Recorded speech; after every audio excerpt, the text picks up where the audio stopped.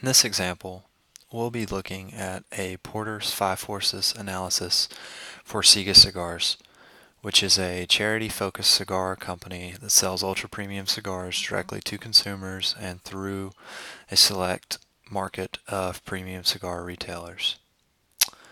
So the power of buyers is moderate. There's a fairly large number of buyers in this market. It's one of the few portions of the U.S. tobacco industry that are still growing.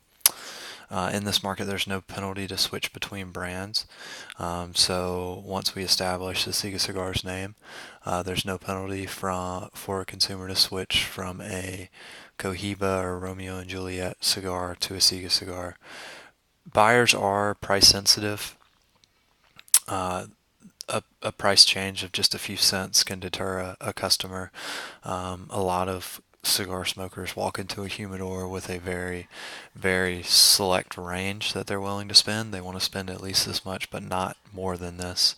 And we need to make sure to target that effectively. Buyer's tastes truly control the market.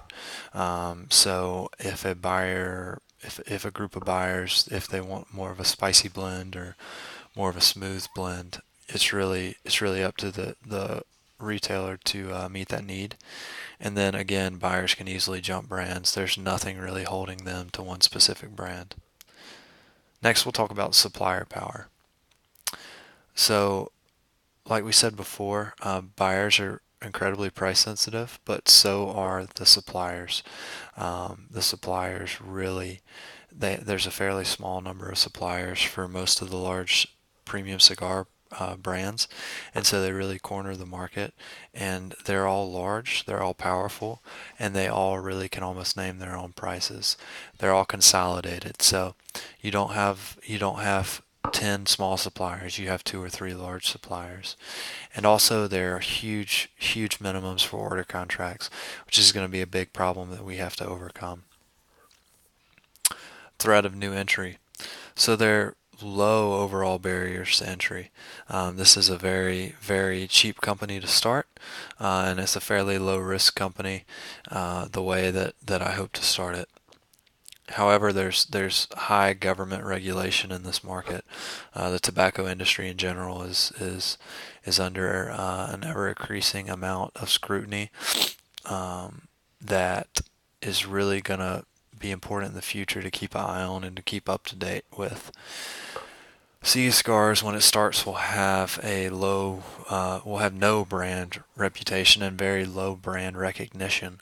So this will be something that has to be built. A lot of consumers' choices when they walk into one of these humidors is based on reputation of a brand. So that will be hard to establish. There is a high order minimum eventually, but to start, it's actually a low order minimum, but with extremely high prices. And then it is going to be really hard. The hardest part of this is building a distribution network. You have to be licensed in all 50 states to distribute tobacco, and that's the individual form, individual paperwork, and that will be very expensive and time consuming to get licensed. Threat of substitution. So there are obviously very similar. There are very many similar brands. There's not much that differentiates one cigar from another. It's really all about brand image and customer tastes. So there's, like I said, lots of comparable tobacco products within the premium cigar range and outside of it. It's totally a value-based business, so you have to communicate the value to the consumer, which is sometimes easier said than done. We're not going for the bargain basement approach to the premium cigar. We're going to be the upper end of premium, lower end of ultra premium, probably between $12 and $15 per cigar. So there are obviously lower priced alternatives even within the premiums within the cigar market. And then marketing hurdles. So we have to establish the fact that this is a charity focused business that sells tobacco, which is something that I'm sure is going to get a lot of kickback. So competitive rivalry is moderate. There's a moderate level of competition amongst all of the cigar retailers already. Uh, you combine that with a lot of loyal customers that, it doesn't matter what cigar it is, what line it is. They're going to have a Romeo and Juliet cigar. They're going to have a Cohiba cigar. There's these established large brands like I just mentioned that they have this cult-like following, and it's going to be hard to pull a few customers away at a time.